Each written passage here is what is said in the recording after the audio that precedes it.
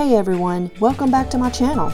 In today's video, I'll be sharing the very best chocolate chip cookie recipe with you and the easiest way I have found to make them. Let's get into it. The ingredients you'll need for this recipe are 2 3/4 cups all-purpose flour, 1 cup of butter flavored Crisco, 3/4 cup white granulated sugar, 3/4 cup packed light brown sugar, 2 large eggs at room temperature, 1 teaspoon of baking soda, 1 teaspoon of salt, 1 teaspoon of vanilla extract, and an 11-ounce bag of chocolate chips. You'll begin by adding your flour to your mixing bowl, then adding your white sugar,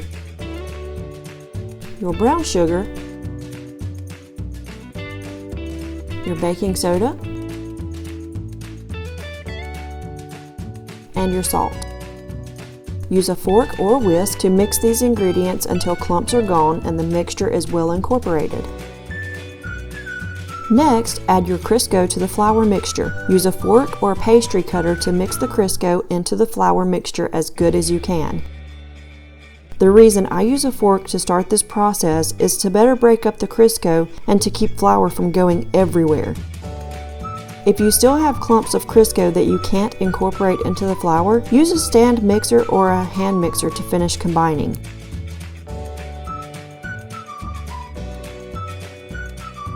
During the mixing process, make sure to stop and scrape the bottom and sides of the mixing bowl so that you can be sure everything is being mixed and well combined.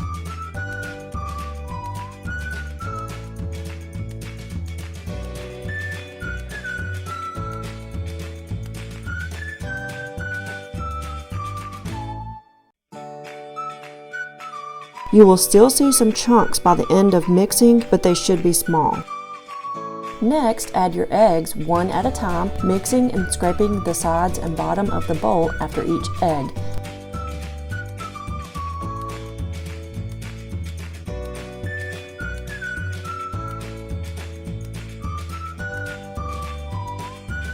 Then add your vanilla.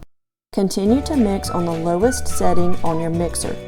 You should start to see a dough ball forming if you are using the dough attachment on your mixer. If you are using your regular beaters, your dough will begin to thicken, although it will be more chunks that you can then form into a dough ball. Just make sure there's no loose flour left and that everything has been combined. Once well combined, add your chocolate chips and fold them in. You can use your mixer for this if you are using the dough attachment. If not, just fold in with your pastry spatula. Go ahead and preheat your oven to 350 degrees Fahrenheit. Prepare your baking sheet with parchment paper.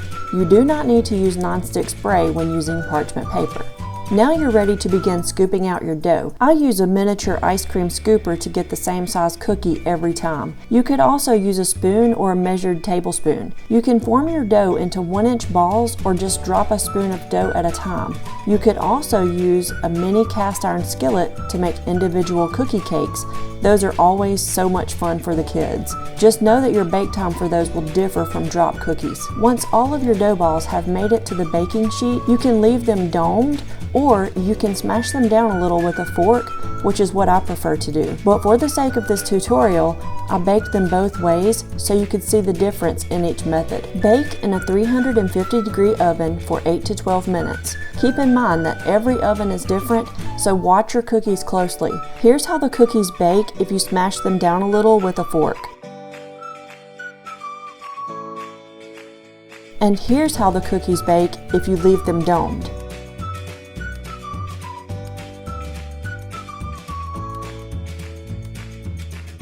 When you take them out of the oven, they should be light brown around the edges. The reason for this is because the cookies will continue the cooking process after being taken out of the oven. Once removed from the oven, allow your cookies to cool on the baking sheet at least until the pan is cool enough for you to touch. Use a spatula to transfer your cookies to a platter and continue with another batch. You can reuse the same sheet of parchment paper several times.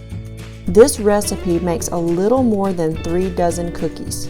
These cookies look and taste delicious, crunchy on the outside and soft on the inside. Everyone is sure to enjoy these cookies.